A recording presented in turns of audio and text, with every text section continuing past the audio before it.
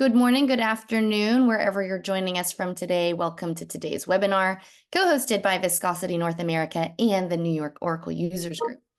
Today's webinar is from our Oracle Level Up series, featuring product managers from the Oracle Enterprise and Cloud Observability and Management team. So feel free to submit questions in the Q&A field, and our speaker, Desiree Abrokwa, and I think we've got two folks from her team that are actually going to be helping to answer questions throughout the webinar. So please take advantage of that.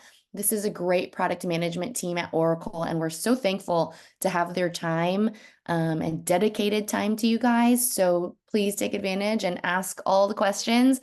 If they can't get to any of your questions during the presentation, we actually send them a list of your questions and who asked them so that they're able to get back to you afterwards as well. So again, take advantage of it, ask away throughout. They may get to it right away, they may get to it at the end. So just be patient and hopefully they can help you guys out. All right. So as I said, co-hosted webinar by NYOuG and Viscosity. My name is Monica. I'm the marketing director here at Viscosity, a full Oracle stack consulting firm. Our core expertise is in Oracle database. That includes RAC, Oracle Apex. We perform near zero downtime migrations. We have a lot of projects around performance tuning and high availability. And we've also had decades of experience with infrastructure, including engineered systems. But I will tell you more about that in a moment. First, I want to hand it over to Coleman from the board at NYOuG, and he's going to tell you a little bit about them. Thank you, Monica. So the NYOuG was formed in 1984, 40 years ago, for the exchange of ideas, assistance, and support among users of the Oracle software products. Next slide, please.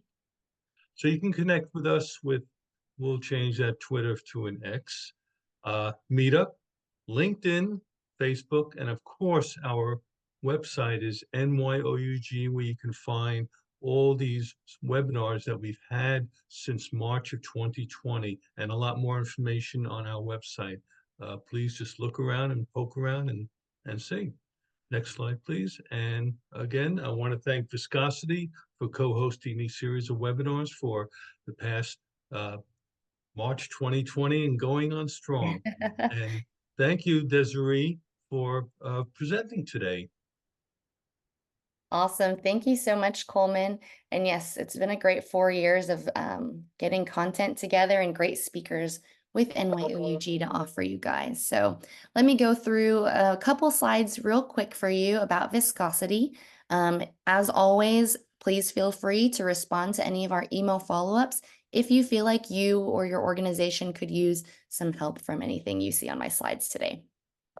All right, so Viscosity is built on these three main pillars. As you can see here, there's a couple items across the bottom, and those are applicable to all three pillars. So across data, apps, and cloud or infrastructure, we've got you covered. We do hire a lot of phenomenal folks, many of which you've probably seen in webinars or at conferences, or maybe you're a current client of ours and you get to work with them. But we do have a great team that I'm very, very proud of. So if anything here speaks to you, please let us know, and we'd be happy to get you connected with someone from our team. On this slide, I normally just like to point out Oracle License Management. We do work with Oracle very closely as a longtime partner, and we are also a team of folks who probably the majority of us came from Oracle and worked in license management. So between all of that, it's really an easy team to work with to A, make sure you're only paying for what you need to pay for, B, having someone help you be accountable for taking advantage of your investments. And then on top of that, a lot of time partners, not just Viscosity, but any Oracle partner can also help deepen your discounts in products and licensing, hardware, everything. So definitely check out what a partner can do for you. And then everything else here, pretty standard DBA services, anything along the lines of performance, migrations, upgrades we do. And then we also do a lot of custom application development with Oracle Apex. Okay, and then orapub.com is now part of the Viscosity family. I say now, I guess it's been like 2 years, but we've got great resources for you on Orapub. We do also house all of the recordings for our webinars here. So you do need to join as a member, but there is a free membership tier. So take a look at that. You can see all of our recordings from not just NYOUG co-sponsored webinars, but also from other webinars we do as well. And our guys present at tons of conferences around the world. So they also put their slide decks on here as well. And then on top of that, we offer training. We've got a cool new AI tool in here called Shane, Surfer Shane. So we'll talk a little more about that as we go along in other webinars. But Shane is active. And if you want to just see what he might be like, he's a pretty cool surfer dude who knows all of the things viscosity writes about and does. So you can ask him all of your performance questions. All right. This is a really quick little look at Shane AI. As you can see, he definitely talks like a surfer. Hey, dude.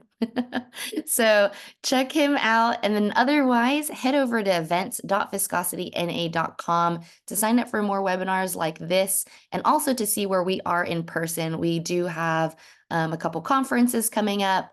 And I think we are probably going to have some lunch and learns back in there. But yeah, we are back traveling strong. So check it out. All right, and with that, I'm going to turn it over to Desiree to get us started.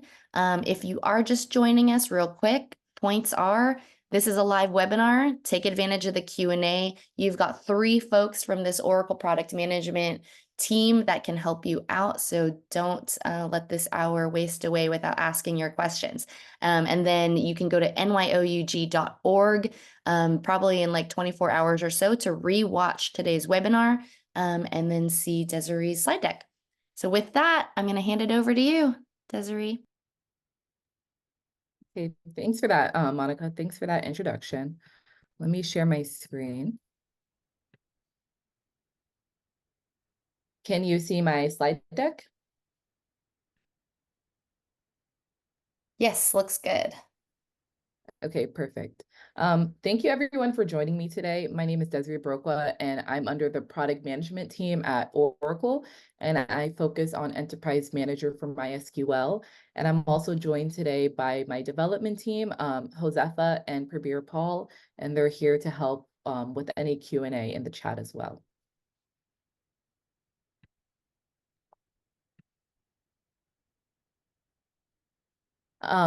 This is the agenda for today's session. I'm first going to give an overview of Enterprise Manager. Then I'll get into Enterprise Manager for MySQL, such as the discovery process for MySQL and Enterprise Manager, monitoring, managing your alerts for MySQL, and then validating MySQL compliance across your fleet. So let's get started. Oracle Enterprise Manager, also known as EM, is a comprehensive monitoring and management solution for Oracle applications and technologies such as MySQL, Oracle Database, and Oracle WebLogic Server. These are the 3 main focus areas for EM. First, there's hybrid cloud management. So with EM, you can manage your entire IT estate across on-premises and the cloud from a single dashboard. Second, we offer ops automation. So we continue to automate an EM to allow for faster problem resolution, as well as better compliance and security. So you can use features like our job system tool to automate management tasks like backing up a database. And then third, we support extensibility. So we enable you to operate across environments that are constantly changing. For instance, enterprises usually deploy multiple tools for management monitoring purposes. So it's important that these tools are extensible and interoperate well with other third-party tools, such as ServiceNow, Microsoft Scrum, and Slack, which you can do with Enterprise Manager.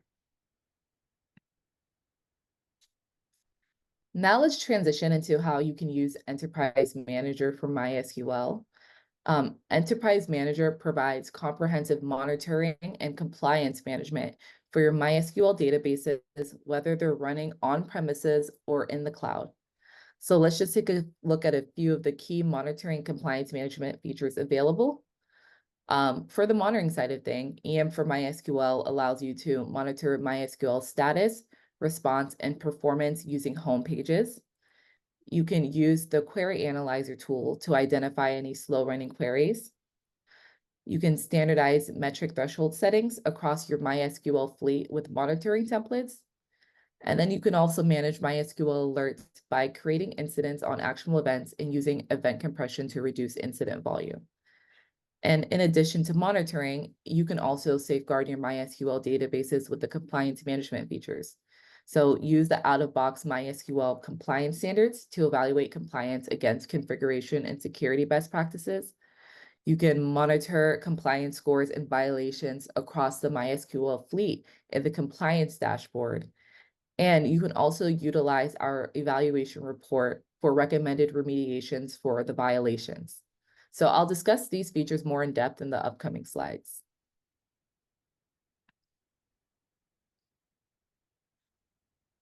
Enterprise Managers for MySQL currently supports MySQL 5.7 and 8.0 plus versions, and it's included with MySQL Enterprise Edition or MySQL Cluster Carrier Grade Edition at no additional cost. And if you want information on pricing, you can refer to the MySQL Global Price List for reference. So now let's begin with the MySQL discovery process. I'll first review how to download the MySQL plugin in EM. Then I'll discuss how you can discover the MySQL target for monitoring. You can download the MySQL plugin to monitor your MySQL databases from the self-update page in EM. And in EM, this is a page where you get information on new features available from Oracle, such as whenever a new MySQL plugin is released. You have the option to download the plugin in an online or an offline mode. So online means you can use internet connectivity to download the plugin from My Oracle support, which is also called MOS. Or if you're unable to use internet connectivity to connect to MOS, then you also have the option to manually download the plugin in an offline mode. After downloading the plugin, you apply it to EM by simply clicking the apply button. And in this example, the MySQL plugin has already been downloaded and applied to EM, hence any grayed out buttons.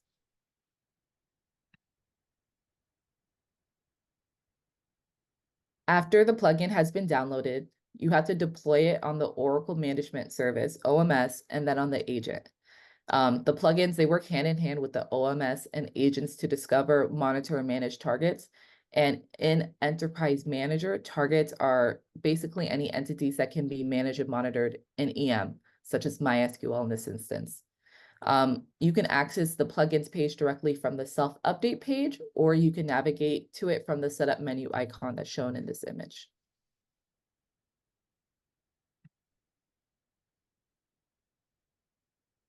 The plugin supports auto discovery, which means it will automatically search for all of the MySQL instances that are not yet monitored on managed hosts, so you can easily add them for monitoring.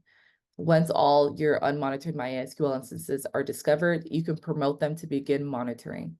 And this screenshot, this is an example of the auto discovery results at EM. As you can see, there are 2 MySQL targets discovered on the host, and you can decide which MySQL targets from this list to promote for monitoring.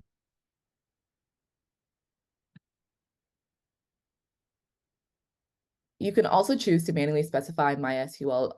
Okay, is my audio fine? Yeah, all Beautiful. fixed. Perfect. Yay. Okay. We can't see our attendees, but I like to imagine you're all cheering for us right now. Okay. Are things starting to work again now? Yes. Beautiful. Okay, let's get right back into it. Thank you all for waiting. Sorry for the technical difficulties. But to continue, so I was talking about the manual discovery process for MySQL. I ended with auto discovery, but you also have the option to manually discover the MySQL database.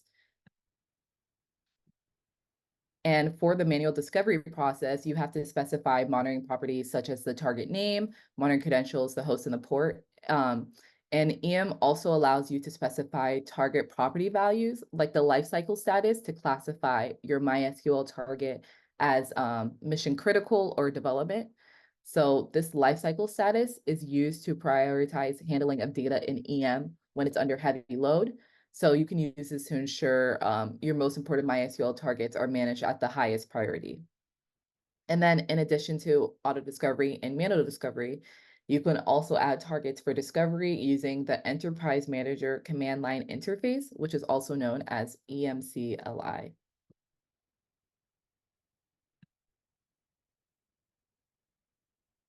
Now that the MySQL target has been discovered and promoted, monitoring immediately begins. So we're going to take a look at how to monitor using the target homepage and query analyzer. Then I'll show how to view metrics and modify alert thresholds. And then after, I'll discuss key incident management capabilities that are available. You can use the MySQL homepage to get a holistic summary of the overall health and performance of your MySQL instance.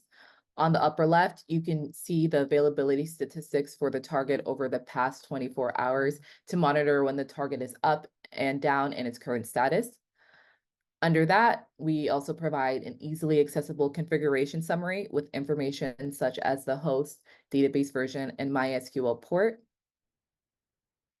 And then on the right side are some key performance metrics such as the response time, statement activity, connections, and DB buffer pool usage. You can view the number of connections made to your database so you can know if there are any spikes in connections, or you can view the number of statements that are executed against the database. And this could also help to correlate if a spike in statements has affected the response time. And then lastly, at the bottom of the homepage, you can track the critical incidents on the MySQL target. And it also provides drillable links to access our incident manager console, where you can further triage and resolve the MySQL incidents.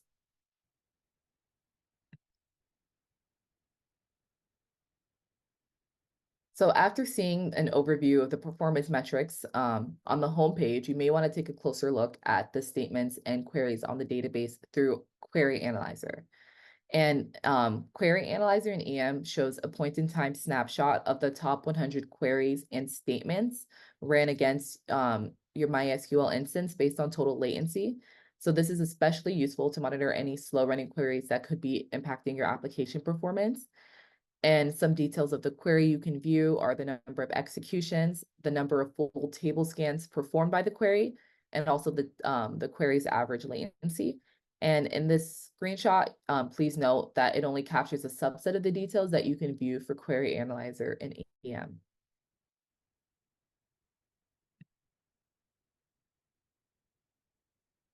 EM also provides over 600 MySQL metrics for query activity, DB buffer pool usage, replication activity, and more.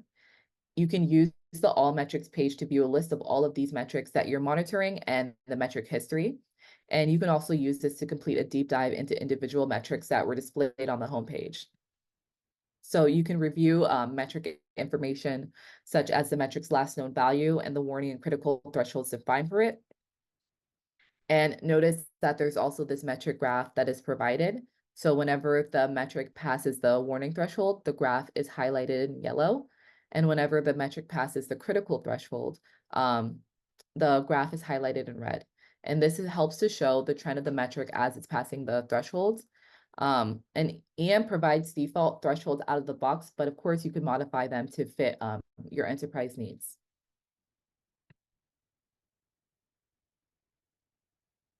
So in addition to the all metrics page, there's also this metric and collection settings page for individual targets where you can make adjustments to the metrics you want to monitor. From here, you can enable or disable metrics for collection. You can adjust the warning and critical threshold of a metric so that if the thresholds are passed, this will raise an alert and create an incident in our incident manager console that I referenced before. You can also change the collection schedule, which is how often the metric data is collected, or you can attach corrective actions to metrics to auto-resolve issues.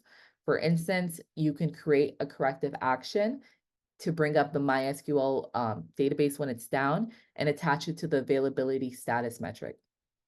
So after modifying your monitoring settings to your standards, you have the ability to create a monitoring template. And this monitoring template allows you to standardize the monitoring settings that you set for that one MySQL target and apply it to the other MySQL targets that you want to have the same monitoring settings. And this makes it easier for you so you don't have to continuously readjust the monitoring settings for all other like MySQL targets. And you can apply the template to your fleet of MySQL targets using this interface, or you can use the Enterprise Manager Command Line Interface, EMCLI.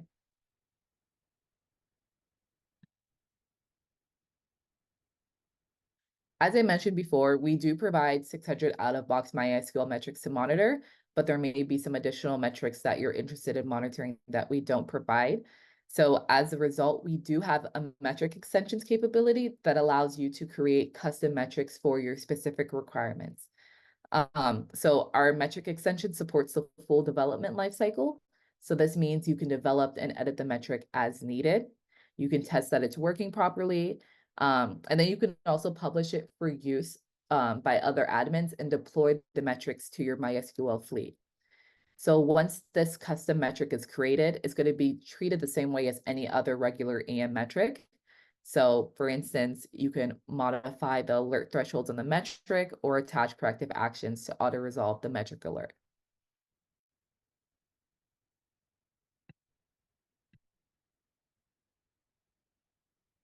Now we're going to be switching gears into how you can manage your MySQL alerts using EM's incident management capabilities. So the first step is to use incidents to focus on actionable alerts. And incidents in EM are essentially tickets that contain one or more actionable alerts or other events. And you should manage events at an incident level, which supports assigning an owner to the incident, tracking resolution status, and more. And you can automate actions on these events and incidents with incident rules. And essentially, incident rule sets typically contain the following, which would be targets, event rules, or other incident rules. So you can use the event rules to send email notifications on events, create incidents that use event compression, or send SNMP traps to external systems.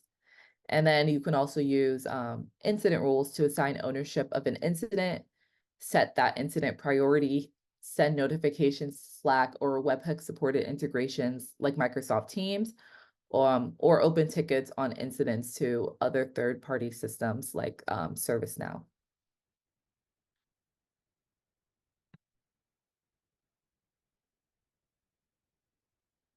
As your enterprise grows, so may the volume of incidents you receive. So therefore, it's important to reduce this number of incidents, and event compression in general reduces incident volume by compressing related events into incidents. In EM, we have event compression policies, and this basically states the condition for multiple correlated events to be grouped together into a single incident. So Oracle provides a library of event compression policies that you can use based on common scenarios, but you can also choose to author your own policies as well. And these policies would work with your event rules and your incident rule sets, as long as you enable the option to use event compression policies. So I'm just going to show how these policies would work. So let's assume that there is a user created policy that correlates and groups, which is compresses, target down events for all MySQL databases on the same host. And let's say you have an incident rule set with a rule to create an incident for all target down events for your production group, which includes your MySQL databases. In your rule, you have to make sure you choose the option to use event compression policies. And if the MySQL databases go down, each of these will generate a target down event. But before creating an incident, EM would first check to see if there's a matching event compression policy. And if found, it would correlate and compress the events into one incident. So you would end up having one incident containing 3 events instead of the 3 incidents containing 1 event each.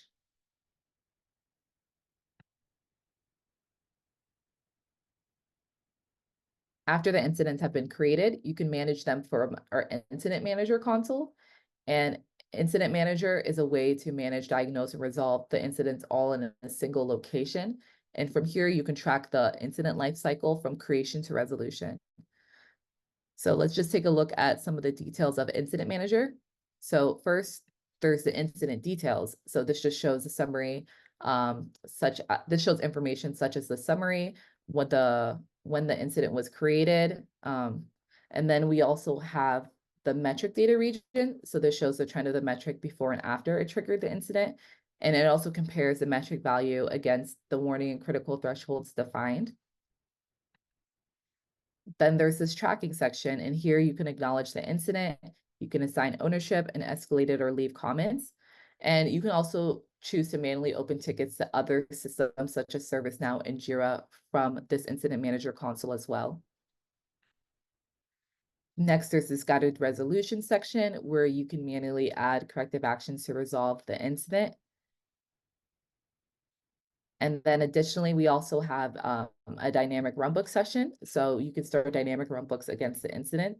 And dynamic runbooks in EM, they're ordered steps with the best practices to resolve issues. And they're typically created by the subject matter experts on your team.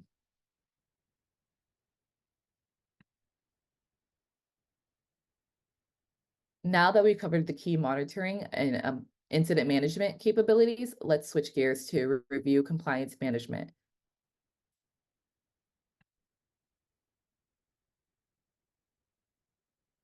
You can safeguard your MySQL databases by checking the compliance against configuration and security best practices.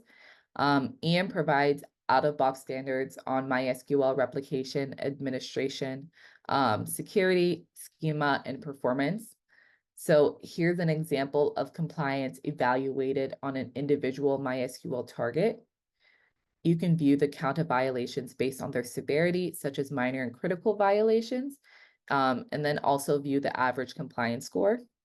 In this example, this database is mostly compliance, meeting almost 100% compliance across all of the standards. But you can drill down further from this page into the specific standards to see where the exact evaluations or violations had occurred.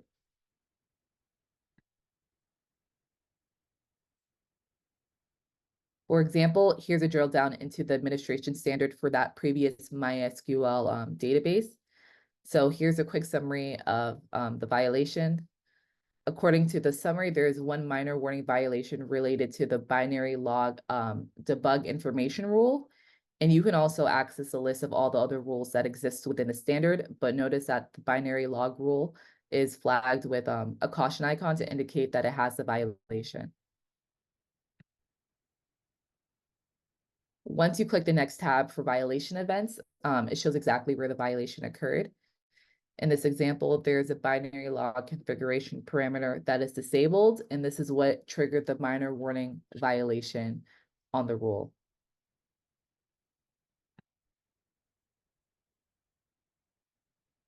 And then this last tab on the rule details goes in depth about the violation that occurred and the recommendation on how to fix the violation. For this example, there's an issue because writing the informational log events to the binary log was disabled, but the best practice is to enable it. And this is because the informational log events that are written to that binary log can be used for debugging and related purposes.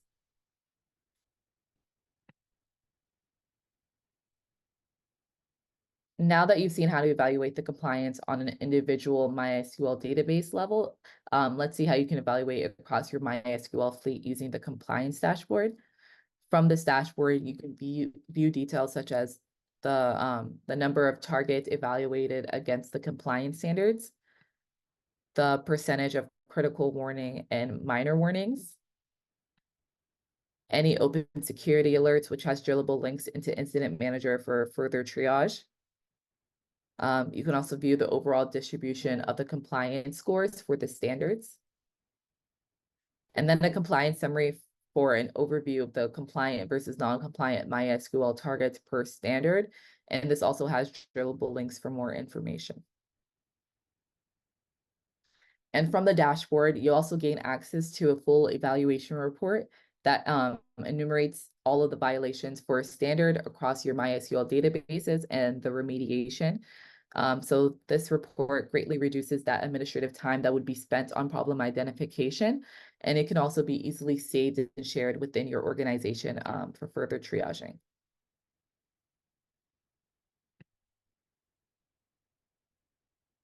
To summarize, let's quickly recap everything that I've went over in this session. So using EM for MySQL, you can automatically discover your MySQL fleet with auto discovery. You can get quick insight into the health and performance of MySQL with home pages. You can identify any slow running queries using our query analyzer tool. You can customize the MySQL monitoring per your enterprise requirements. You can manage MySQL alerts and send notifications. And then you can safeguard your MySQL fleet with the configuration and security best practices. So for resources, so where can you find information on this? So I created a webcast video, and then I also created a demo so you can see how it looks like in the Enterprise Manager user interface. So you can just search up Enterprise Manager for MySQL on YouTube and find the webcast and the demo. And then I've also created a blog that also gives an overview of Enterprise Manager for MySQL as well. And there is a customer blog as well from Comcast, where they're discussing how they're using metric extensions to monitor the MySQL InnoDB cluster in EM. And then there's here's a QR code so you can view the documentation on using EM for MySQL. So that's all I had for today. Thank you all for listening, despite the technical difficulties. And I'll send the links in the chat. So give me 1 second. But thank you all for joining today.